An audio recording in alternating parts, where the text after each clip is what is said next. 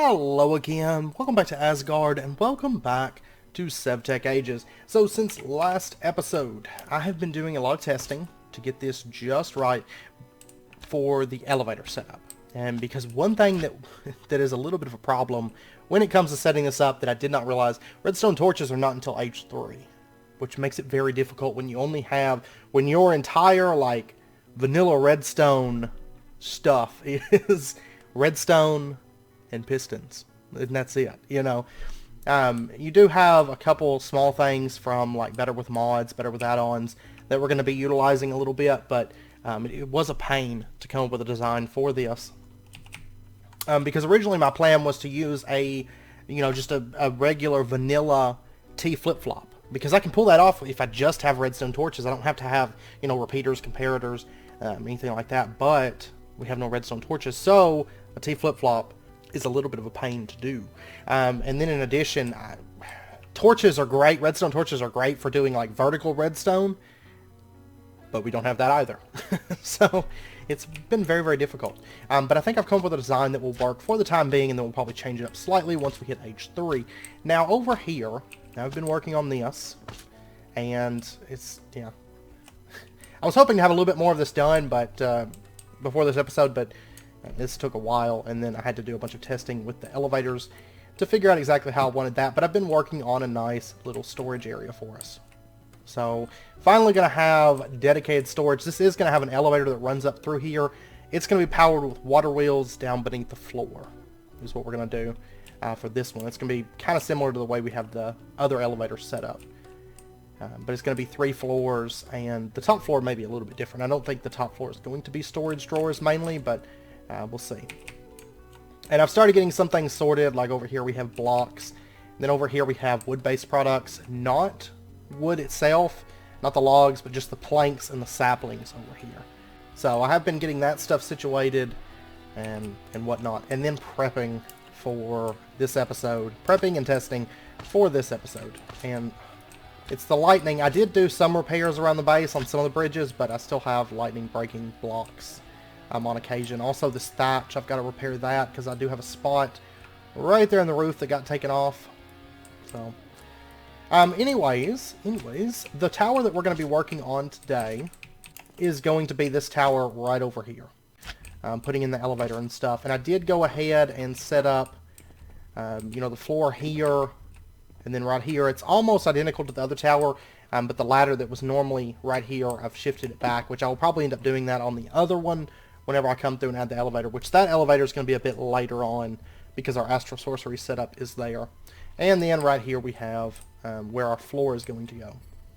And then I have prepped a fair few things. You can see I've got hemp rope, I've got hemp cloth, I've got platforms, some gearboxes, some pistons, some anchors. This isn't probably not going to be everything that we need, but it's a start. So anyways, let's go ahead and get our platform blocks. And this is actually overkill. Originally I had a bigger elevator, but then I decided instead of having a bunch of the floor going up, because I changed my original plan. My original plan was that I was going to have a button. You press the button from this floor, you go up. If you press the button from that floor, you go down. I wouldn't have a way really necessarily to call the elevator back down if I ended up down here and the elevator was up there. That was one of the glaring issues with it. So I decided to do just a constant motion elevator, so it's just going up and then it's coming down, then it's going up and then it's coming down.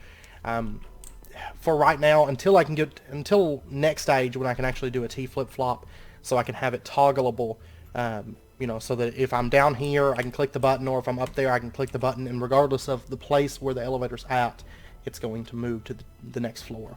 And over in the warehouse, it's going to be a little bit more elaborate because we're actually going to have it so that you have buttons to access the different floors. Because, from the first floor, we might want to go to the second floor or the third floor. So I want buttons to access that.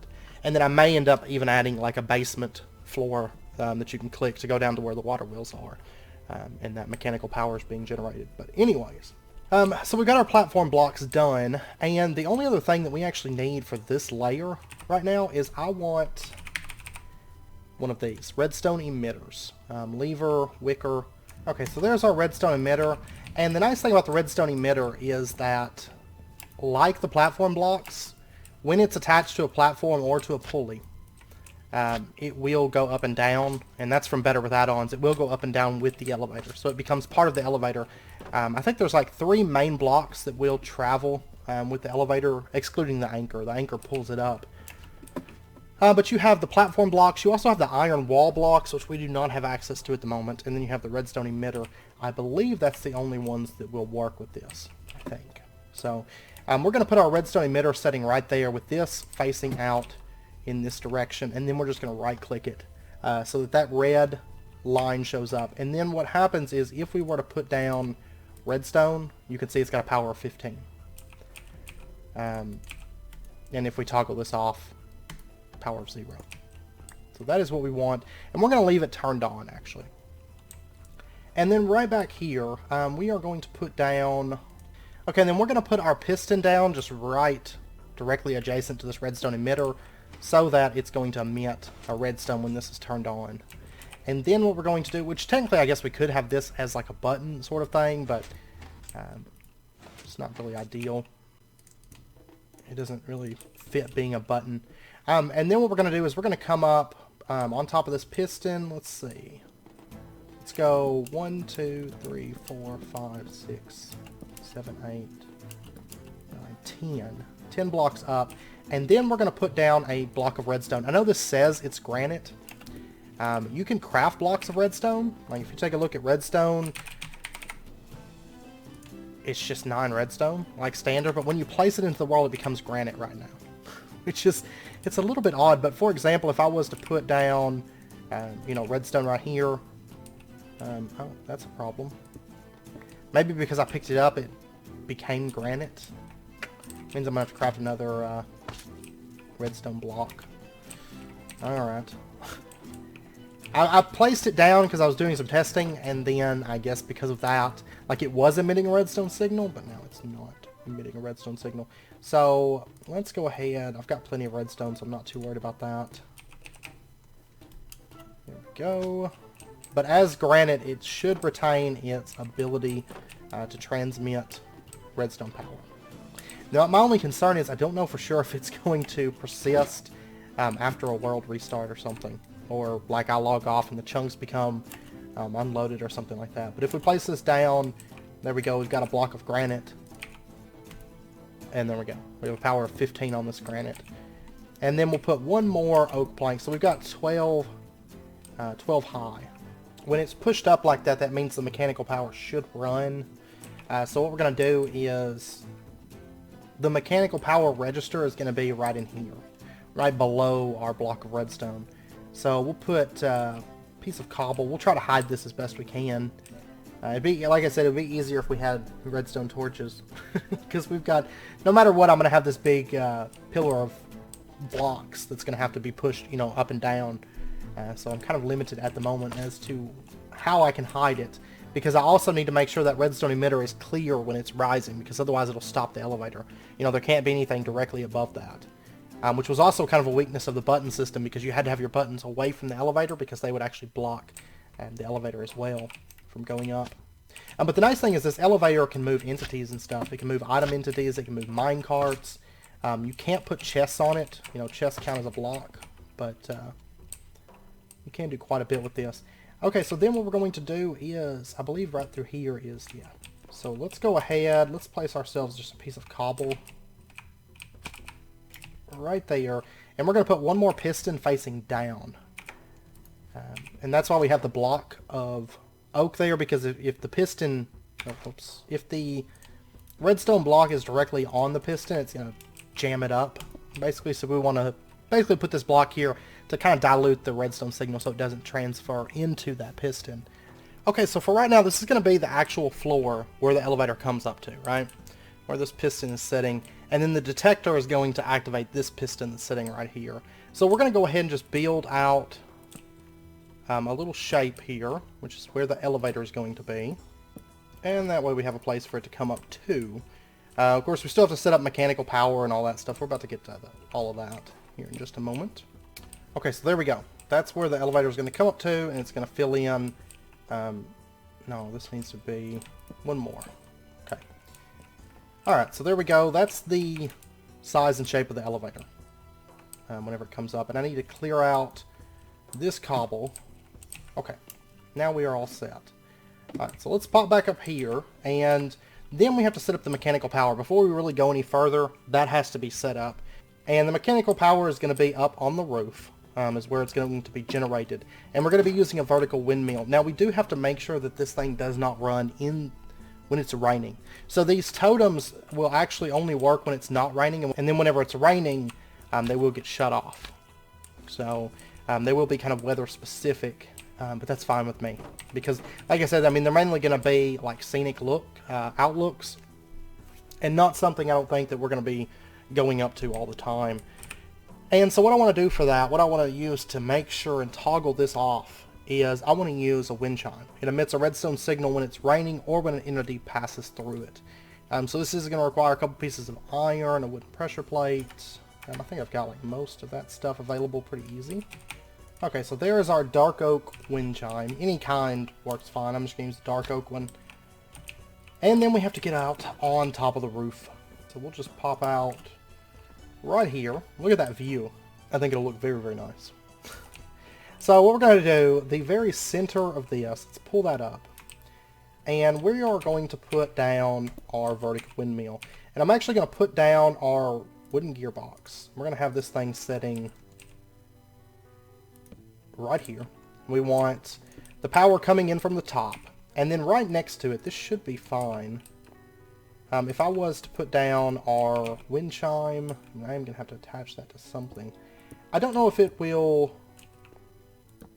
feed its power directly into that or not.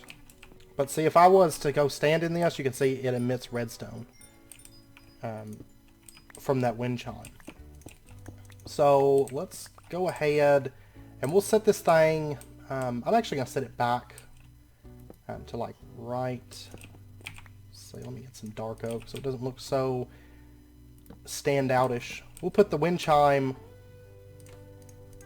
just right in there, and then we'll run some redstone over like that. I'll have to spruce that up a little bit, make, I don't know, something. But I think a lot of it is going to be lost once we put down this windmill. So this windmill, we're going to bring our axles up by like 2, because I think I want it above this. And then above that, we're going to have to go, I believe it's 5, I think. 2, 3, 4, 5. High with the axles. Now, normally you can't run axles like that. Like if I was to bring them out, you know, past 3, they're going to break. But in this case, we can do the vertical axles coming up because we're going to be placing a windmill that requires a bit more axles. So, and then let's go ahead and we're going to need some slabs. Then we're going to need 48 of this hemp cloth, which is very time consuming. 9 hemp fibers per. Luckily we have that automated, and there's a lot of hemp that had to be ran to make this thing. And then what we're going to do, oh yeah, I'm going to need more than that. Because what we want to make is we want to make windmill blades. So there's 7 of them. And we're going to need 8 of these things all together. There we go. And then we'll just place them like that and we get our vertical windmill. It says it spins quicker when it's raining or storming. Check your gearboxes. That's because when it rains or storms, there is a chance after it runs too fast for too long, it will break the closest gearbox to the windmill and you have to repair it. So we're going to try to avoid that with our redstone. So, but then we can take and we can put our, oh, you need 7 vertical axles. Okay, let me bring this up by 2 more. I was thinking it was 5 for some reason. Which technically I have 7, but I need a little bit more space there. Okay, so then if we were to put down our vertical windmill, there we go, look at that monster. And it's supposed to be, yeah, we're not able to put like any axles onto that. So we must have to have the gearbox. I was able to set it up somehow in my test world where I had a couple axles connected to it, but it's not working that way. Okay, so we're feeding power down into that, and I still have to run redstone up to this. So what we're going to do is, tell you what, I think we can pull something off right here. Let's bring our axles down, and then one more, no, I actually wanted it to face down. Okay, we're going to bring this down by like 2 more, and then I can have a gearbox, you know, beneath that. So, Alright, and then let's come up here, and then what we're going to do is, if we were to put our wind chime, it seems to emit like, fairly powerful.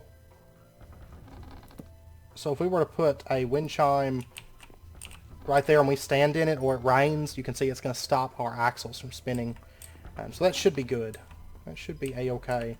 And then I can just run out and kind of make, I don't know, I'll spruce it up with a little bit of you know, like slopes or something like that, so it looks a little bit better, but for right now this is just the base idea of it. Okay, and then I'm going to light this up too. I've been wanting to get rid of the torches on top of these. Okay, so we got ourselves a vertical windmill, and it is sending power down, you know, as long as it's not raining, it's going to be sending power down through here.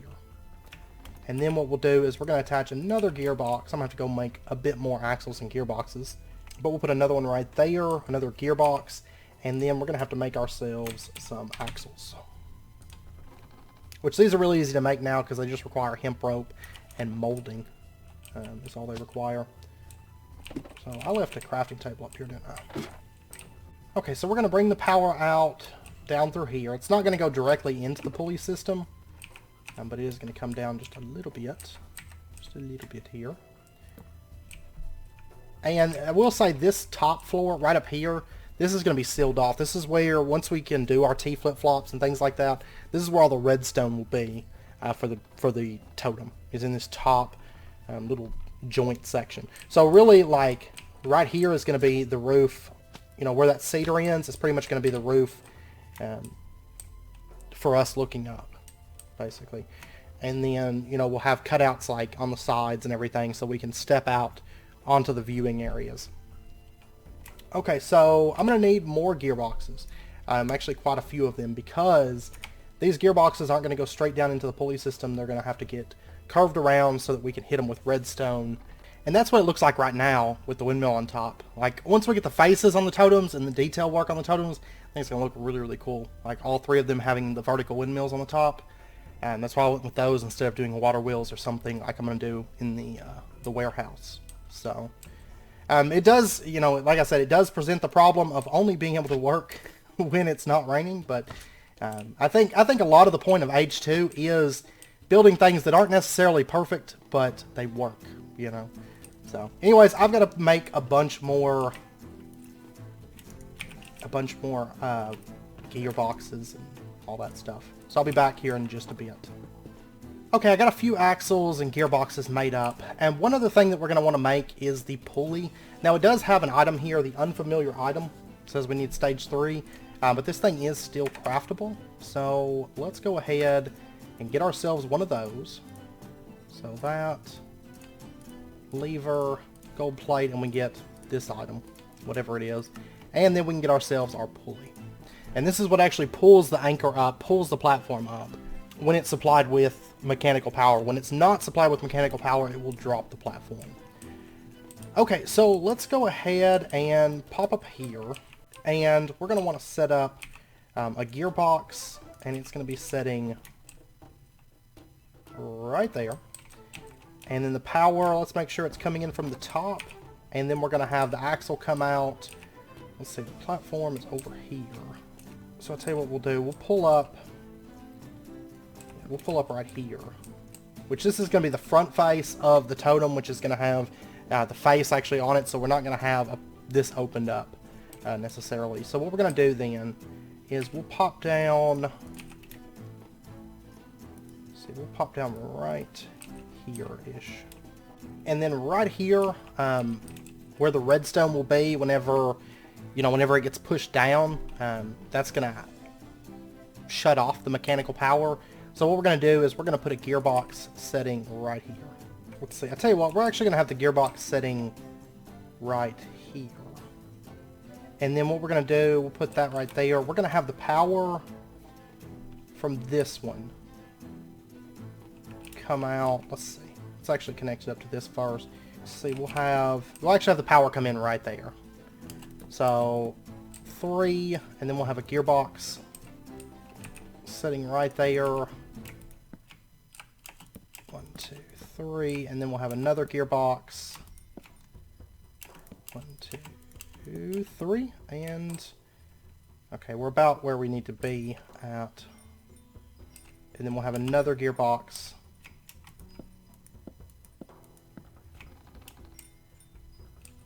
Sitting right there. I'll tell you what, I'm going to pull this gearbox up. I'm going to break this axle.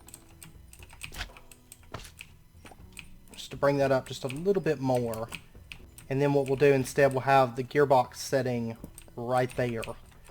We'll have the power come up, and then we're going to have the axles bring it over. Yeah, you can see right now the wind chime is emitting redstone signal. It's stopping the mechanical power from coming out of that windmill.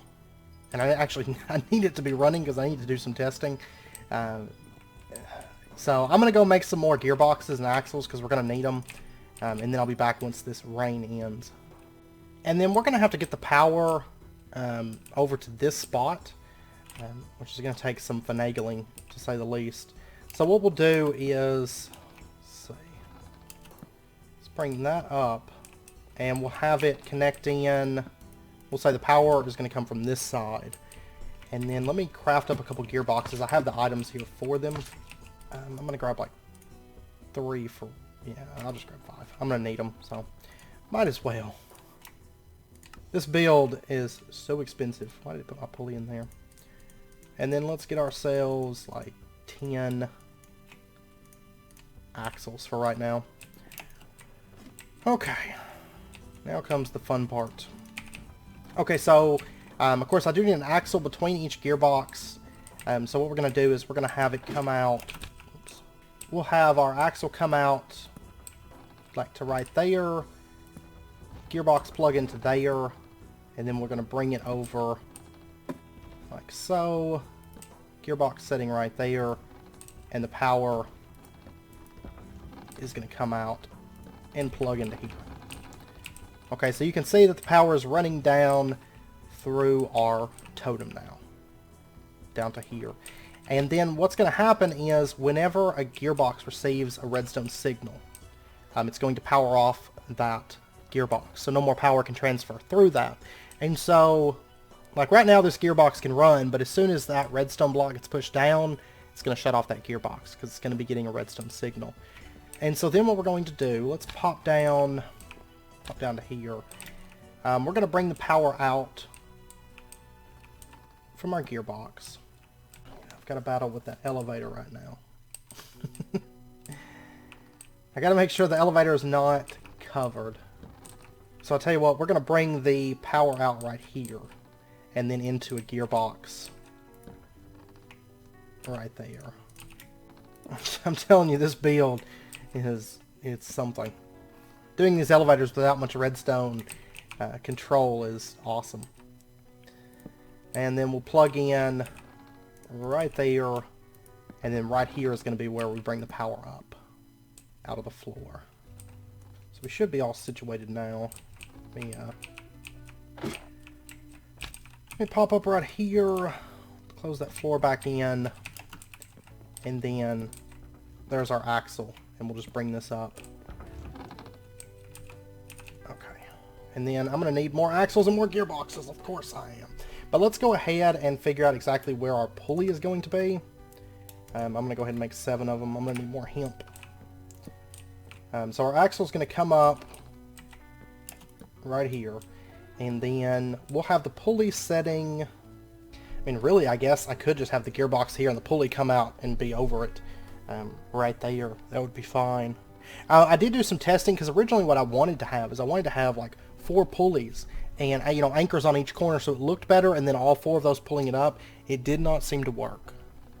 I know in the past with Better with Mods, Better with Wolves, the elevator would be able to be pulled by multiple anchors, but it would not work properly. Like, they weren't pulling up the platform at all for whatever reason. The anchors were stopping each other, it seemed like.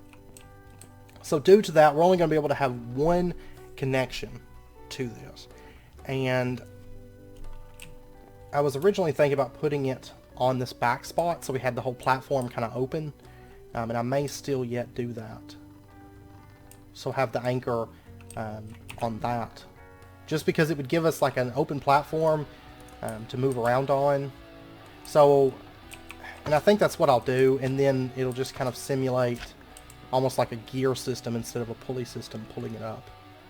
Because if I put it right here, I mean, that's going to give us like a super small platform to move around on, I feel like. So we'll have the pulley system.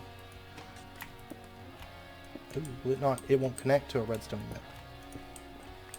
Okay, well, then we'll have it setting right there. That's about the best I can do.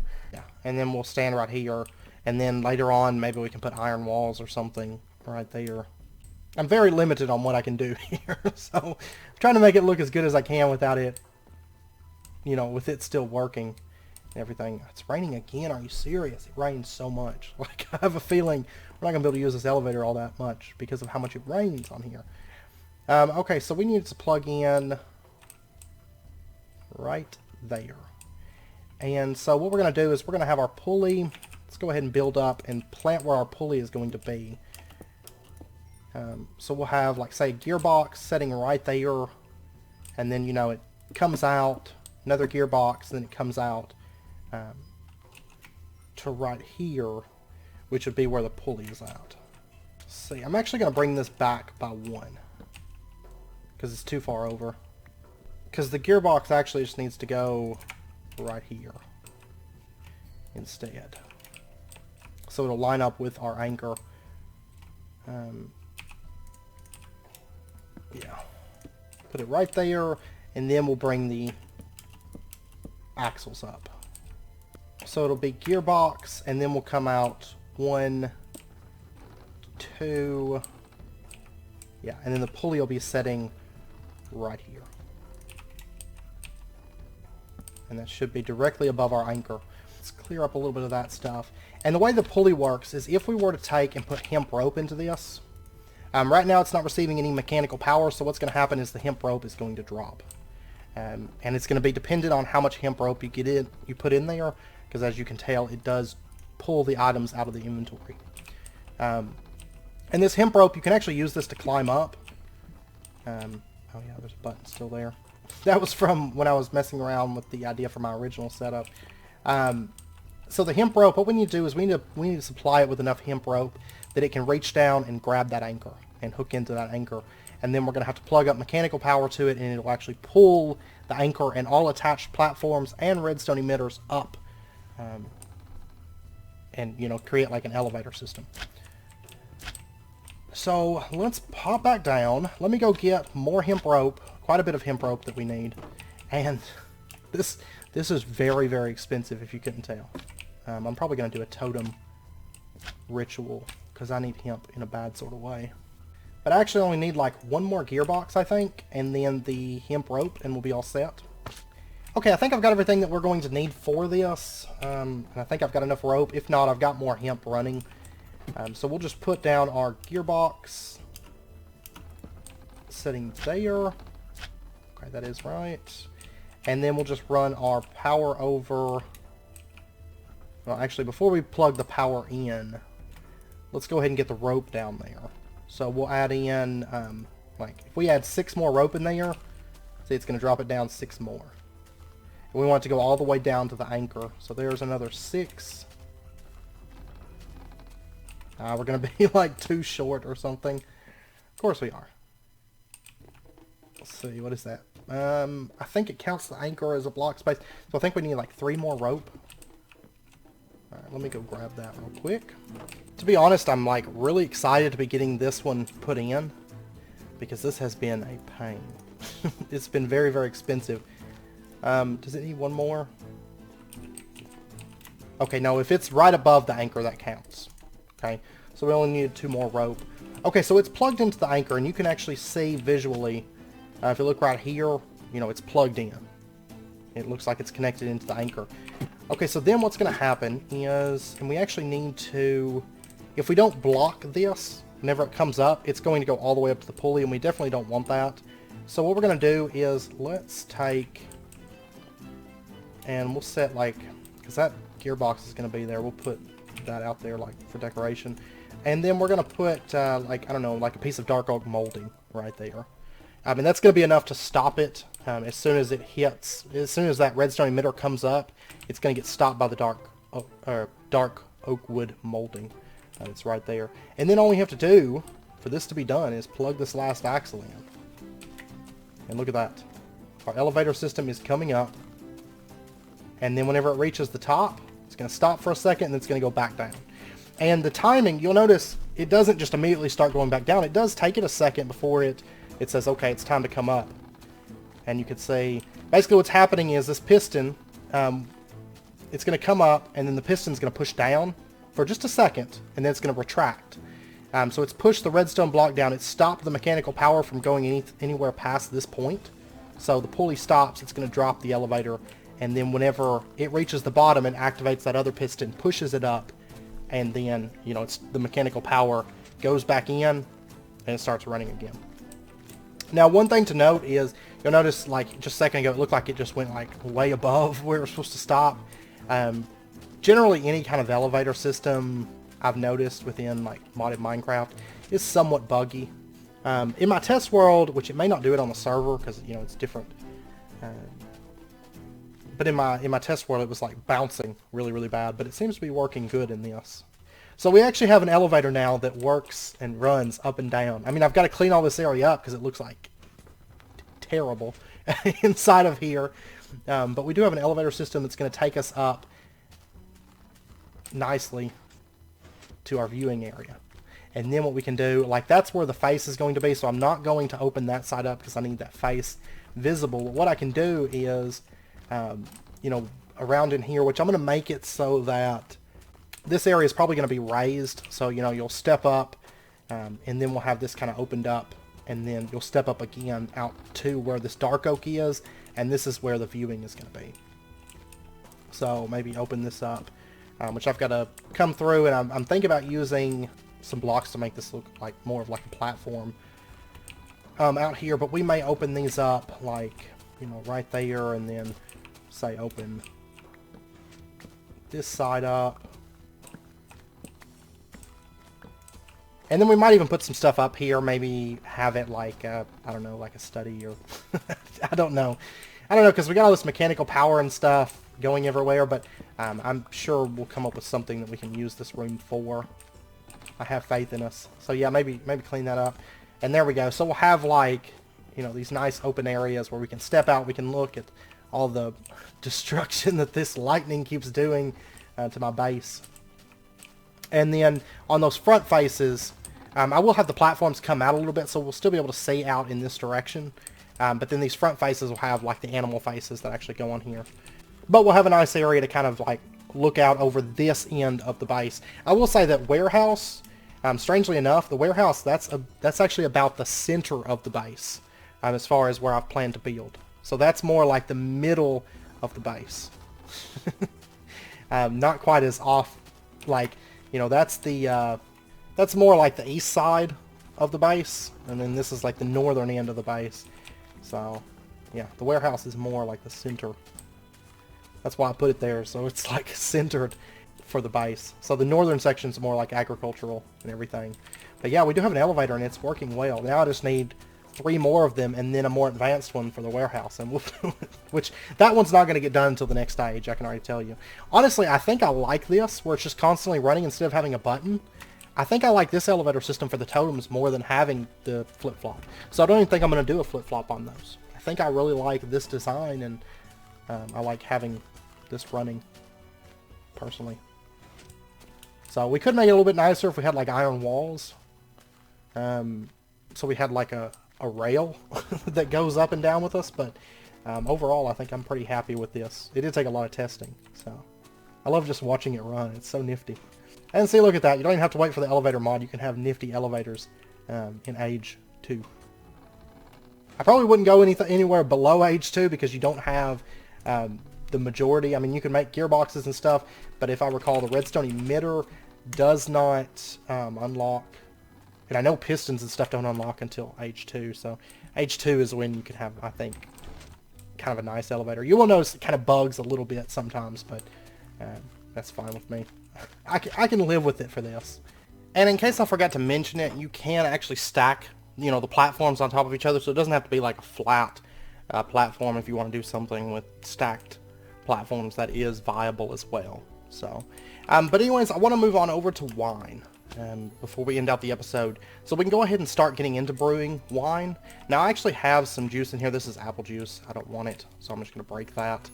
But what we're going to want is we're going to want to get ourselves a crushing tub. And this is for smashing down our berries and stuff. Now there is a couple different types of liquid. Like if we take a look at Rustic, you can see that it adds ale, mead, wine, cider, wild berry wine, and iron wine. And each of these have a different effect. Let's say wild berry wine increases potency of potion effects. So let's say you have like strength 1. You pop a potion, you have strength 1. You can use wild berry wine to buff it up to like a strength 3 potion effect. Which it does go kind of hand in hand if you're doing like the Rustic alchemy. I'm not too worried about wild berry wine because I don't think it's going to have really any effect on our Between Lands potions. Iron wine gives you absorption. Let's see, ale is the one. I want to say ale is the one that makes it so you don't get, like, it reduces hunger. So you stay full longer when you're under the effect of it. Mead, I think, let's see, and there's cider. Let's see, it's been a while since I've done the Rustic one. One of them does, I know, wither protection, one does magic protection.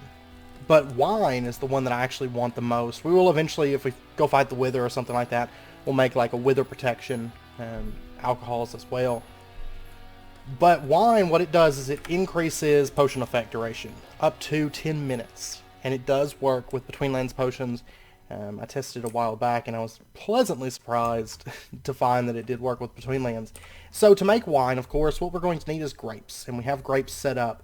And if you take a look at wine, you can see that it takes grape juice and it brews into wine. And then there's also a slot here. This is your, what's the term for it?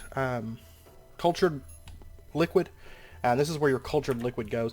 And we'll get into that in just a second. But first up, we need to make some wine. Before we get started with any culturing or anything like that, we need to actually make some wine. And of course, the starting point is grape juice. So we're going to put our grapes in there and we're just going to jump up and down and it's going to smash them. You can see the number of grapes are steadily going down, and we're going to keep smashing until there's no grapes left in there. So there we go, and this is also how you get the apple seeds from Rustic. Like those apple trees, you have to smash down apples, and you get a little bit of apple juice and apple seeds. Okay, so now that we've got that, what we're going to do is let's make ourselves a few brewing barrels. And I'm going to go ahead and make a few of these, because we're going to want a bit of...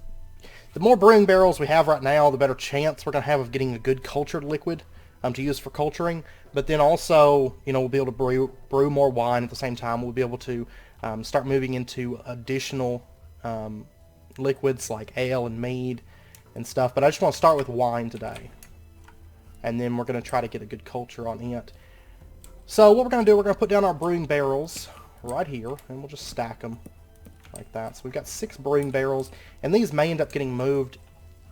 Well, actually, we'll probably have like a little brewing area out here. Chances are.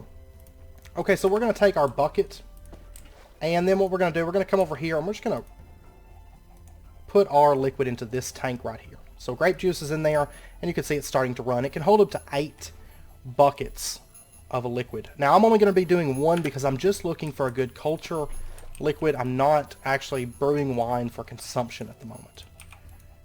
So we're going to go ahead and put wine into each, or grape juice into each of these, and let it start to ferment. And it is going to take a while. It takes around, I want to say it's between like half a day and a full day, Minecraft day, before your wine will ferment.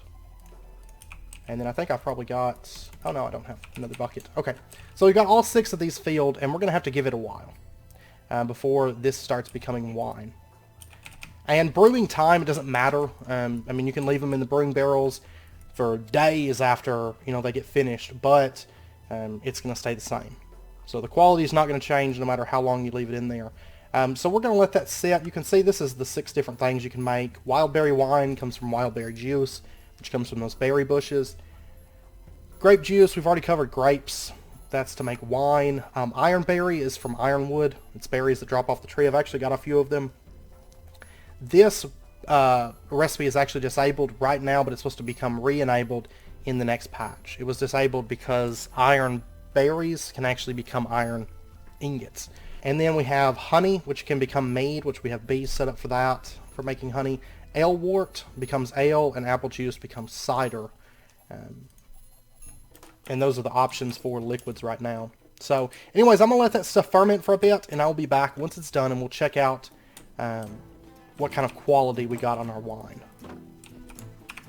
Okay, our first bit of wine is done brewing, and I just finished crushing up some grapes, so we have some more grape juice.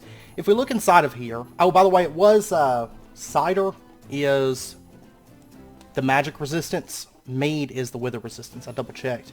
But anyways, your quality, it's going to tell you in orange right there, your quality. And it's going to range from 0.05 all the way up to 0.75. Okay? And you really don't want anything below a 0.5 quality. Because any brews made that are below a 0.5 quality are really just going to result in negative effects. So anything like this that we get, we might as well just trash it. Okay, so we've got a 0.23, that's junk. We have a 0.45, also junk. We have a 0.36, also junk. And then down here we have a 0.21, junk. We have a 0.67, that's not bad. And then we have a 0.09. So the 0.67, that's going to be our cultured brew. And so what we'll do is, we have to use a bottle for this. Okay. Okay, so there we go. There's some glass bottles. And then we are going to bottle up this 0.67 wine, because we do want this. And then the rest of these, I'm just going to break all these so it breaks. I don't believe they retain their inventory. No, because they're stacking. And we'll just put these back out. We don't want the rest of that wine. It's all garbage.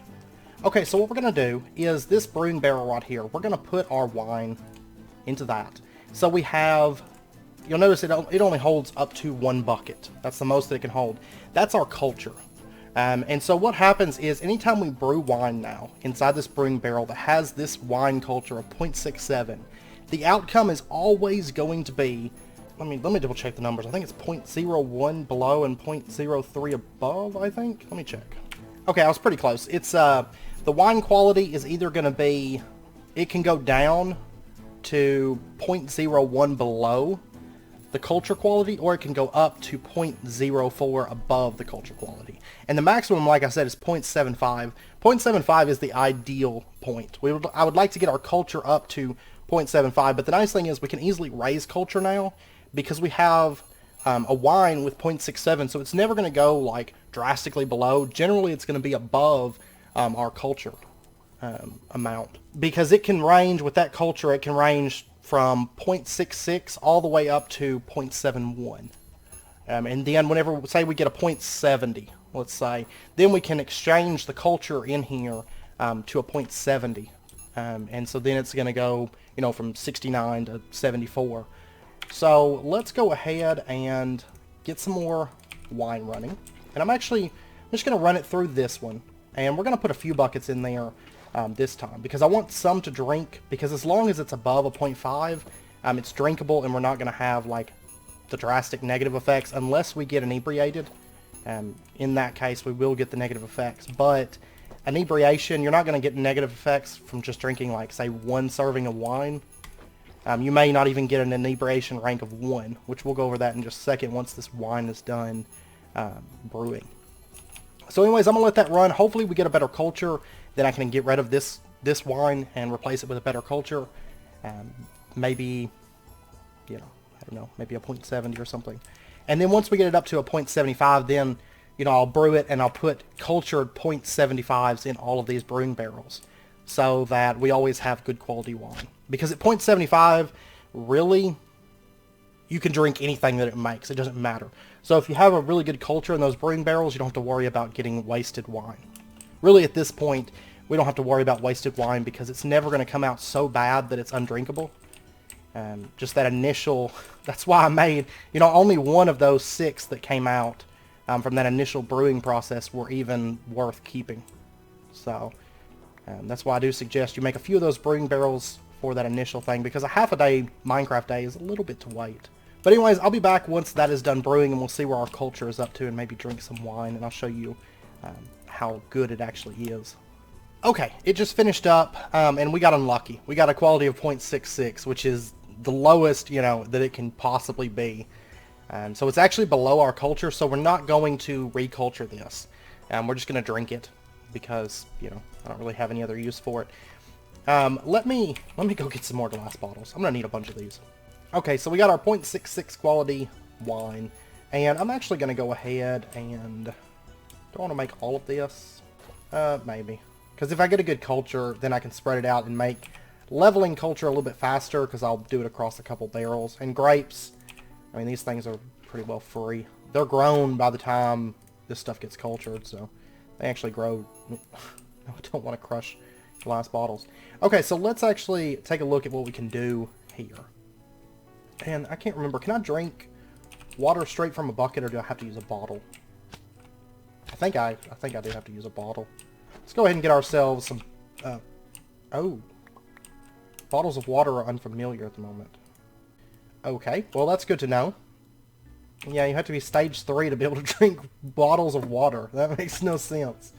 I guess maybe it has to do with a craft or something. But I can still craft with it. I don't know. That doesn't make a lot of sense. I'm doing wine, but I can't bottle water yet. Okay, well, normally you can drink water. If you start to get inebriated, you can drink water to reduce it and reduce the effects of it.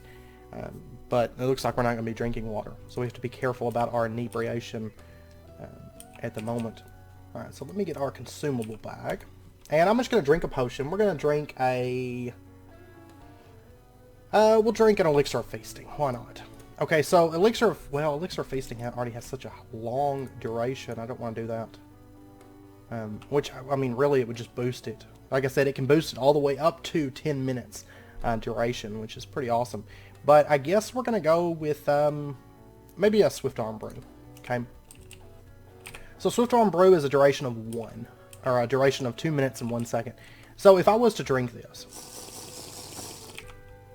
you'll notice we get Swift Arm Brew for about 2 minutes. Now if I was to drink a bottle of wine now that I've drunk that, now you'll notice it just bumped it up to 2.5 minutes. And we got 9 minutes of inebriation. Now, when it's inebriation rank 1 or 2, nothing bad happens. It's fine. You can be slightly inebriated. It's not a problem. If I drink another wine, you can see it's boosted again. It's almost 3 minutes. And, of course, time has been ticking down. And we're still only inebriated rank 1. Now, the higher the quality, the more duration that we're going to get. And then once we get into the brews that give you, like, you know, the magic resistance or the absorption, it's going to boost the effects of those, the higher the quality is. So it's at 2.5 minutes. Let's drink another wine. Okay, we're still only inebriated rank 1. We now have 3 minutes of Swift Arm Brew. Drink another wine. Okay, we finally got unlucky and our inebriation went up again, so we're inebriated rank 2. We have 3.5 minutes of Swift Arm. I'm not going to drink any more wine because it's actually really unenjoyable if you get inebriated rank 3 or 4. It's very, very bad. So I would suggest trying to avoid it. Now, like I said, you can drink water to lessen the effects, lessen the duration of your inebriation, but I don't want to chance it because I can't drink water right now. So I will say if the quality is a quality of 0.75, I was messing with it in my test world, and it's about a minute that it adds to your potion effects. So it's a way that we can extend our potion effects, especially like if I pop it on a boss or something like that, or I pop, you know, Elixir of Feasting and I want to carry that on through a bit. I can drink wine because it's really cheap to make, right? Especially once you get your culture to 0.75, you're always going to be making top line brews. It's really not a problem to make wine. And honestly, I may end up expanding the amount of grapes we have, maybe not. I can't always just do a totem ritual, boost the speed, harvest for a couple minutes, and then I'm set on grapes for a while. But it's one of those things, it's kind of like a build-up. Like a lot of our Betweenland stuff, you know, it took a little while to build it up. But then once it was built up, it was a whole lot easier to do, like our alchemy and stuff. And the brewing is kind of the same way. I mean, we're trying to tier up the quality, but once we get the quality up to 0.75, then it's really easy to just make lots of wine. And then we'll do the same thing for like the cider and the the cider and the ironberry wine and the wildberry wine, all that stuff. We'll boost that stuff as well. I will say the ironberry wine is awesome because of the absorption. Wildberry wine, I don't know that we'll use it as much because I don't think it's going to have any real impact on the Betweenlands brews. Because they don't really have a rank, like it's just that's the brew. You know, the potency doesn't come out to be a rank. So I didn't notice any change in it whenever I was messing around in my test world. But I will say, if you get inebriated rank 3, what those do, rank 3 gives you nausea. And it will come and go for the duration of your inebriation, which is like 9 minutes. It's pretty rough. And then if you get inebriated rank 4, you're going to get blindness for the duration of your inebriation. Neither of which you really want. Nausea is terrible, and blindness is also terrible. So we're going to try to avoid our inebriation. But so I'll keep trying to boost that quality. Like I said, we're aiming for the 0.75, and then get enough of it to fill up all the brewing barrels, and then we'll move over to another liquid, and I'll start doing, like, say, cider or something like that, and try to get so we have a 0.75, so we always have this stuff available and easily created for our uses. So it's just another nice thing to, for the potions that don't have a whole lot of duration. Elixir of Feasting has a lot of duration, but we could still buff it up. But then you have something like, say, Elixir of Healing. Maybe I want that to last longer. Maybe I want Elixir of Strength to last longer. Swift Arm, I will likely be boosting that quite a bit, because if I'm mining and I want to extend that duration, I can just drink some wine and extend that duration a bit. But anyways, I know it's about wrapping up point for this episode, so I am going to end it out here. There may be an episode this weekend, and it will be, if there's an episode this weekend, it will be the hunting dimension. So I'm going to do a bit of building over the weekend, hopefully start the chisels and bits on the wings, maybe the heads of the totems, and also the warehouse I want to get a bit of work done on, and then maybe get, let's see, maybe get the other elevator in that totem.